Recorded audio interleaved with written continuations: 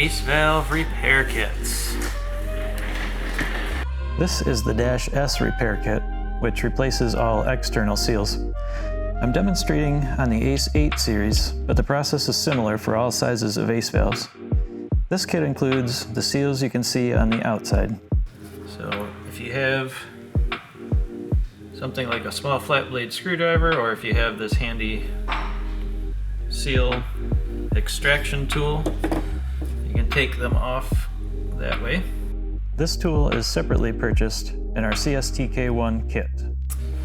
So the package looks like so. Repair kit drawing comes included, and the seals.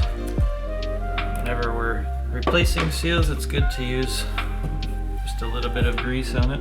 Just take a dab.